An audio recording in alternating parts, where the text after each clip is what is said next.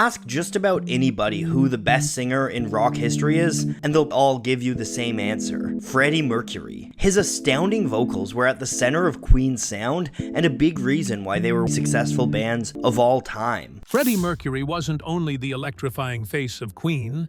Behind the spectacle was a life carefully kept out of view.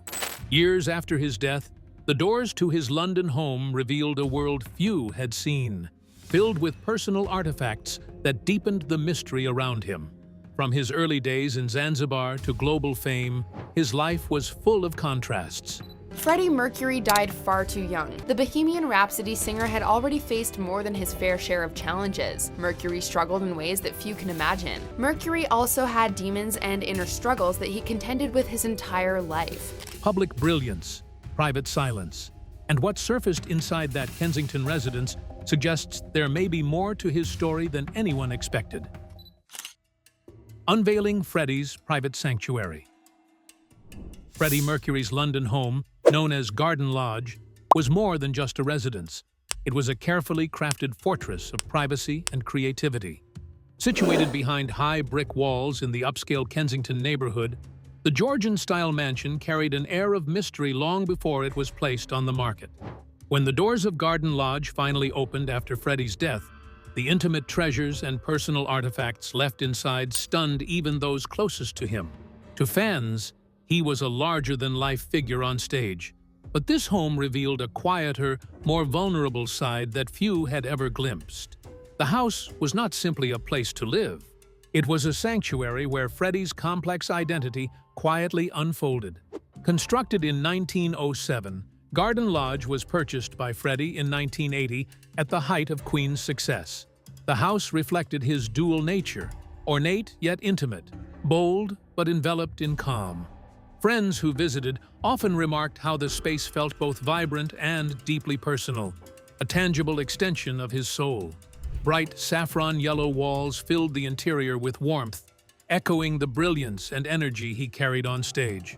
A mirrored dressing room stood as a symbolic gateway where Freddie transitioned from private man to flamboyant rock icon. Inside, the mansion housed layers of Freddie's life and passions.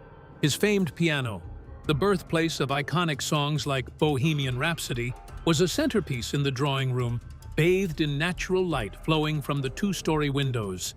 The unusual Japanese-inspired garden, meticulously designed by Freddie himself, provided a serene retreat from the frenzy of fame. Magnolia trees, sculpted topiaries, and quiet water features created a calming Eden in a city where private outdoor space is a luxury. Yet beneath this carefully curated beauty was a secret world marked by contradictions. The flamboyance of his costumes and stage persona was matched by a guarded, private existence. Those who later entered the home found personal mementos, handwritten lyrics, and objects that conveyed both joy and solitude. Each artifact seemed to whisper stories of battles fought quietly behind the walls. It was a poignant reminder that the man who commanded stadiums was also fiercely protective of his most intimate struggles. For decades, the house stood almost frozen in time. Mary Austin, Freddie's closest confidant and former fiancée, preserved Garden Lodge with the hope that it would remain a place where his spirit could still be felt. Over 1,500 personal possessions were later sold to raise funds for AIDS charities. Yet the home itself remained a testament to a life lived under extraordinary circumstances. Fans and historians alike were drawn not just to the music, but to the unique environment that shaped the man behind it all. But there was something deeper hidden within those walls, something that only surfaced with the passage of time and painstaking investigation. Alongside the glamour and history lay clues that hinted at more troubling realities, encoded in the personal artifacts Freddie left behind. What DNA evidence and private items uncovered in the home revealed was far from the celebratory image often presented to the public. It suggested a darker and more complicated dimension at the core of his final years. The shock was not just in the surprises found, but in the silence the home preserved for so long. Garden Lodge was both a shrine and a vault, guarding secrets that friends and family had long struggled to confront. The discoveries made there challenged what was known about Freddie's life beyond the stage, forcing a re-examination of the narrative that surrounded this legendary figure. How could a place so carefully designed to shelter him also hold such difficult truths? As the layers of Freddie Mercury's London sanctuary slowly peeled away, it became clear that the home was much more than bricks and mortar. It was a mirror reflecting a man shaped by contrasting identities, cultural journeys, and private battles. But to truly understand the magnitude of what was found inside, we must first travel back to the origins of the boy who would become one of music's most unforgettable voices. From the colorful streets of Zanzibar to the gray skies of London, Freddie's journey was marked by upheaval and resilience. Roots from Zanzibar to London.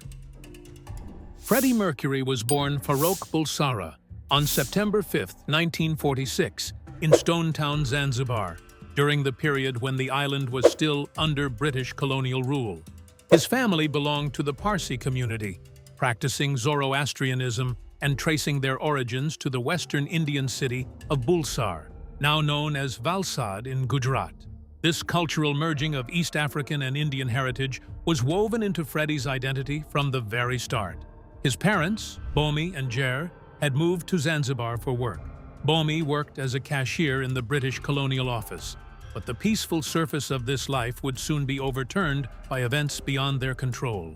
Freddie was raised in two different locations his entire life, which included the African island of Zanzibar and the Asian country of India, where he spent most of his early years. He began to show his musical talent at 7 years old when he started to learn piano while staying with his family. A year later, he was sent to St. Peter's, a British-style boarding school near Bombay, where his talents and personality truly began to blossom. At St. Peter's, Farrokh adopted the name Freddie, which he would continue to use for the rest of his life. The school divided its daily schedule into two parts, which included both strict discipline during daytime hours and creative expression opportunities that students could use at night. His time at St. Peter's showed everyone that he possessed a special vocal talent. Friends remembered his almost uncanny ability to hear a song on the radio and reproduce it instantly on the piano. The Hectics, a school band, named him their leader when he turned 12, and he performed Elvis Presley and Little Richard covers with confidence. The early experiences showed Freddie how to build confidence on stage, which became his most important performance quality. Freddie returned to a world that was experiencing intense changes after he returned from India. The Zanzibar Revolution began in 1964, which resulted in violent fighting that ended with the Sultan's Arab-led government being overthrown by force. The disturbance resulted in widespread fighting, which led to the deaths of thousands of Arabs and Indians throughout the violent unrest. The Bulsara family, who had lived on the island for many years, suddenly lost their home because they had to flee the island. The family departed with their essential items, which they could carry to England, while they left behind the tropical landscapes which had shaped Freddie's early years.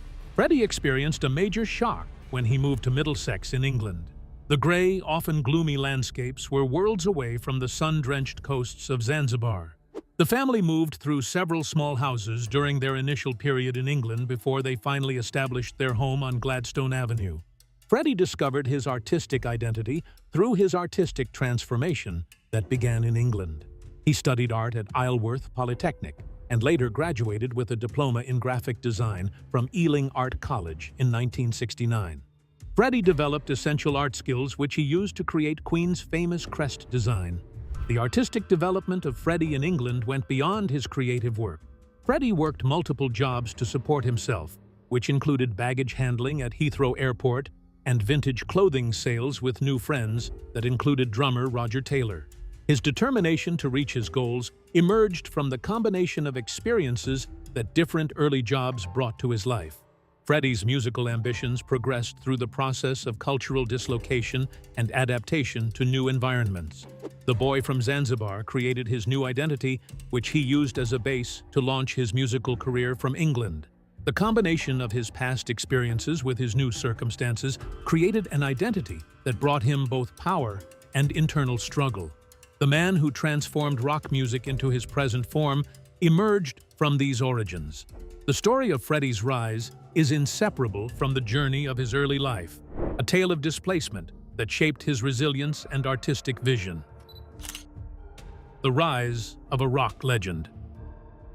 By the spring of 1970, Freddie Mercury's transformation from art student and market vendor to frontman had begun in earnest. Joining forces with drummer Roger Taylor and guitarist Brian May, he became the lead vocalist for the band Smile. The lineup was completed the following year when bassist John Deacon came on board, marking the birth of what would soon be Queen. But even before their first album, Freddie was pushing for a name that was bold, provocative, and unmistakably theatrical: Queen. The word, he explained, sounded regal and commanding, perfectly capturing the spirit of their ambitious vision. Freddie had a natural speaking voice that belonged in the baritone range, but his singing voice reached tenor heights, which gave Queen a unique vocal advantage. His vocal range extended as one of his numerous talents, according to reports which claimed his exceptional singing ability resulted from his rare dental condition of having 4 extra incisors. The distinctive vocal flexibility of the singer became an essential part of Queen's musical identity. Freddie used his natural singing power to create music through his instinctive talent for composing complex songs, which combined various musical elements without needing to understand musical notation. Queen's songwriting process became restless because he brought constant creative energy, which he refused to limit to one particular musical style. The 2 songs showed different musical approaches because Bohemian Rhapsody transformed into a musical maze, which contained multiple key changes and complex vocal arrangements, while Crazy Little Thing Called Love presented rock music through its basic yet appealing guitar riffs. The band maintained their musical freshness through his continuous quest for new ideas, which created distinct sounds for each Queen song. Freddie used music as a medium to create stories which transformed listeners through his theatrical sound design. Freddie created multiple artistic expressions through his work with Queen. His stage performance combined theatrical elements with charismatic presence and intense energy, which created a powerful theatrical experience. The concert audience saw an artist who could fill large stadiums with his performance, which he delivered for an audience that felt like a small theater. The 1985 Live Aid performance stands as one of rock music's most historic events, when Freddie used his voice and stage presence to unite 72,000 people who clapped along with his a cappella note, which spread throughout the globe. Critics still consider that performance to be one of the greatest live performances ever recorded. The man behind this brilliance constantly reinvented his identity. Freddie created an artistic style which combined vibrant showmanship with quiet, understated performance. He transformed his performance by dancing without restriction and playing guitar to create rockabilly music. His costume changes established him as a visual icon, which he used to perform his rock music shows. He showed his true self through his artistic performances, which showed both his extraordinary talent and his natural human qualities. Freddie created Queen's musical identity through his musical achievements, which extended beyond their individual songs. He designed the Queen crest, using his graphic design skills to create a heraldic design, which displayed the zodiac signs of band members and a phoenix, which represented their eternal life. This symbol encapsulated the band's grandeur and Freddie's vision of them as monarchs of rock. The band maintains a recognizable visual identity, which serves as a quick reference to their musical and theatrical performance style. The classic rock history track record includes his songwriting credits, which show his work on the following songs: We Are the Champions, Somebody to Love, Don't Stop Me Now.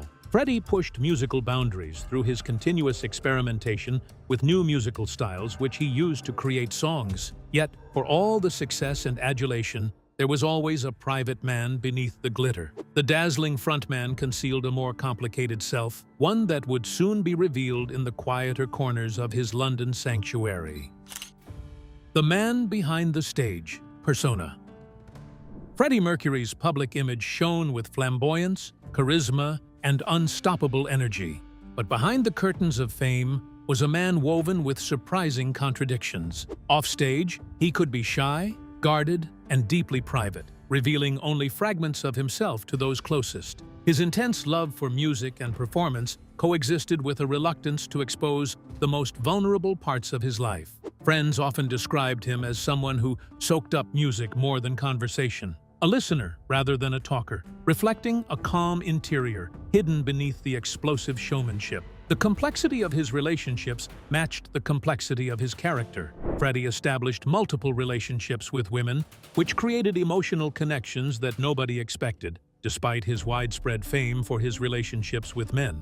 Mary Austin, who became his first love, remained his permanent partner throughout his life, supporting him during his triumphs and his challenges because she received more than half his wealth and his favorite London property. Their deep relationship transcended simple definitions, as Mary described their connection to be something special that would last forever through all of Freddie's life transitions. Freddie lived with honest identity assessment of his sexuality, which people continuously speculated about, yet he remained true to his real self until people learned about his actual identity. His relationship with Jim Hutton, an Irish hairdresser who became his devoted partner and trusted companion through the darkest times, was characterized by genuine love and quiet support. They wore rings symbolizing their commitment, keeping their private life shielded from the media's scrutiny. The couple created a love sanctuary inside Garden Lodge, which they used to face both illnesses and their public life as celebrities. Freddie needed to find a way to balance his two opposing personality traits, which included the energetic rock star image that other people expected from him and the quiet time that he personally preferred to have. The singer possessed multiple personal possessions that decorated his house, which included Japanese artwork, old-fashioned items, and pictures of his cherished cats, whom he treated like children. Freddie's deep affection for his feline companions was well known.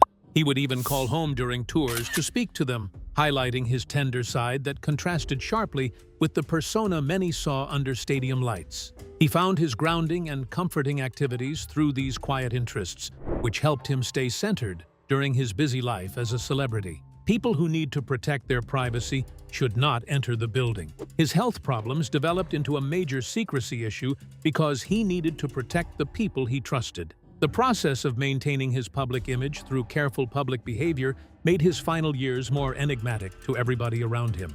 The man who needed public attention to survive chose to live his life through normal routines until he reached his final moments. Freddie used his flamboyant personality to hide his ongoing search for his true identity and his sense of belonging. He performed on stages around the world while wearing sequins and showing theatricality. But a part of him battled his life, which created two opposing forces that pulled him between his cultural background and artistic dreams and the needs of the music industry. His shows contained multiple layers of artistic complexity because his every musical note and physical movement served as both a festive tribute and a public statement, which conveyed more information than spoken words could express. He used his artistic work to communicate with himself because he turned his personal struggles into songs that everyone could understand. Freddie displayed two different aspects of his character through his friendships and his work with others. Friends who understood him best remembered a man who changed his behavior from being playful and kind to becoming reflective and extremely secretive during their discussions. His bandmates observed this full range of his personality because they respected his invisible personal space while they worked together creatively, both on stage and in the recording studio. Queen achieved worldwide success because of their special relationship, which created their music, while their main singer kept his mysterious presence. Freddie spent all his energy to defend his private life through his failing health because he created boundaries which most people stayed away from. He maintained control over his public image by releasing one prepared statement, which he issued only a day before his death, while tabloids and rumors spread information about him. His final message revealed his inner self while he asked for compassion, which showed his courageous character that guided most of his existence. The world saw his human side during that moment, which existed outside of his public persona and his legendary status. It is within these intimate layers that we begin to see not just a rock icon, but a deeply human figure whose story continues to resonate in powerful and unexpected ways. The Sanctuary's hidden stories. Freddie Mercury's Garden Lodge was more than a home. It was a carefully crafted sanctuary that reflected every layer of his identity. Blending Georgian structure with Victorian details and touches of Japanese design, the house mirrored his balance of control and creativity. Inside, Bold colors and mirrored spaces captured the same energy he brought to the stage. The former home of Queen frontman Freddie Mercury is for sale in London. Built in 1907, the Kensington property features a bar, a library. He bought the house in 1980, making multiple renovations to incorporate his sense of style. While quieter corners revealed a man who valued order, beauty, and privacy. At the heart of the home was the drawing room, where a piano stood as the birthplace of some of Queen's most iconic music, including Bohemian Rhapsody. This space embodied his creative rhythm, part solitude, part explosion of ideas. After his passing, Mary Austin preserved it almost exactly as it was, turning the room into a silent tribute to his process and presence. Outside, the Japanese-style garden offered a different kind of expression. Designed by Freddie himself, it provided calm in contrast to his public life. With magnolias, flowing water, and carefully shaped greenery, it became a retreat where he could step away from the noise and reconnect with something quieter and more grounded. The house also held countless personal artifacts that revealed the duality of his life. There were extravagant stage costumes alongside delicate art pieces, blending spectacle with refinement. These objects told a deeper story of a performer adored by millions and an artist who lived much of his life away from view. One of the most powerful symbols was the green garden door, covered over the years with fan messages and tributes. It became a bridge between his private world and the people he inspired. Even after being removed and sold, its value reflected more than rarity. It carried emotional weight built over decades. Yet beneath the beauty, the house also held quieter, heavier truths. It was within these walls that Freddie faced illness, betrayal, and the complexities of his final years. Garden Lodge preserved not just his achievements, but the full reality of his life, both luminous and difficult. In the end, the home stands as a lasting reflection of who he was, bold yet private, expressive yet guarded. It remains a place where his story continues to echo, not just through music, but through the space he shaped so personally. Garden Lodge stands today not merely as a building, but as an enduring testament to Freddie Mercury's legacy, a place where the essence of a legendary artist still lingers, whispering timeless truths about fame, love, and the resilience of the human spirit. Betrayals and trust broken. Freddie Mercury's life wasn't only shaped by fame and success, it was also marked by deep personal betrayals. One of the most painful involved Paul Prenter, who entered Freddie's world in the mid-1970s and eventually became his manager. What began as a close and trusted partnership slowly unraveled, exposing tensions that would leave lasting damage. They met in 1975, and by 1977, Prenter had taken on a key role in managing Freddie's career. At first, the arrangement seemed effective, but disagreements soon emerged, especially around creative direction and personal boundaries. During the early 1980s, as Queen experimented with a new sound on Hot Space, internal friction grew. Band members like Brian May and Roger Taylor reportedly blamed Prenter's influence for pushing Freddie toward a style that divided the group, widening the gap between them. Despite the strain, Freddie kept Prenter close for years. That loyalty collapsed in 1987 when Prenter sold a story to a tabloid exposing deeply personal details, including Freddie's relationship with Jim Hutton. The betrayal was immediate and devastating, breaking the trust Freddie had carefully built around his private life. Accounts suggest Prenter's actions were driven by desperation, as he faced serious health issues and financial pressure. But whatever the motive, the damage was irreversible. For Freddie, it reinforced a harsh reality. Those closest to him could also cause the deepest wounds. After that, his world grew smaller. His inner circle tightened, and Garden Lodge became more than a home. It became a fortress. Trust was no longer given freely. And even within Queen, the atmosphere carried an unspoken tension. The band endured, but the dynamic had changed. Through it all, Freddie remained focused on his music, using it as both escape and expression. The betrayal didn't define him, but it reshaped how he moved through the world, more guarded, more selective, and more aware of the cost of trust. The fight he battled in silence was not only against broken trust, but against an illness that would shape the last chapter of his story. His privacy became paramount, and the walls of Garden Lodge held tight many untold truths. Facing illness in secrecy. Freddie Mercury spent his final years guarding a truth he chose to reveal only on his own terms. He maintained his health secret because he wanted to keep his dignity while protecting his loved ones from constant public attention. The public spread different rumors about him during the late 1980s, but he chose to remain silent because he wanted to live his life without being controlled by what others believed about him. The silence extended until November 23, 1991.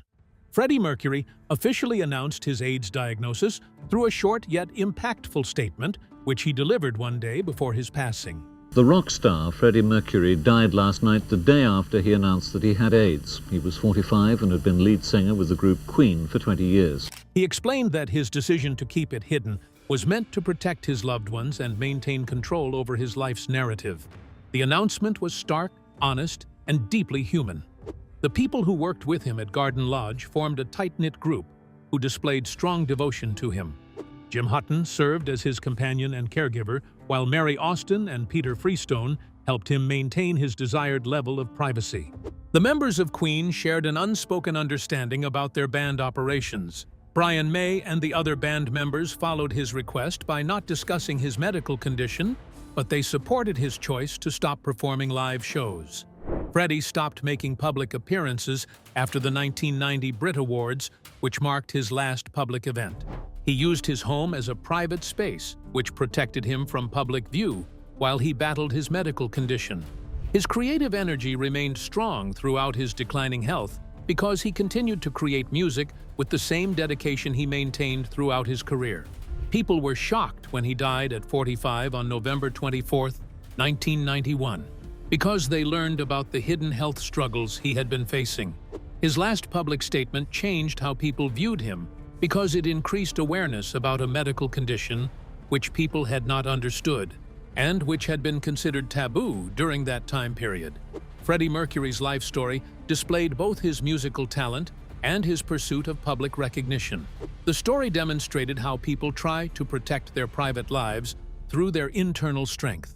The man behind the spectacle created his own narrative, which controlled the public depiction of his life, until his last moments, which he faced with exceptional courage. The sanctuary of Garden Lodge protected many of those final moments, holding within it the echoes of a life lived boldly, loved deeply, and fought fiercely, no matter the price. Legacy, preserved in stones and memories. Freddie Mercury's Garden Lodge stands as more than a home. It's a preserved reflection of the man behind the legend.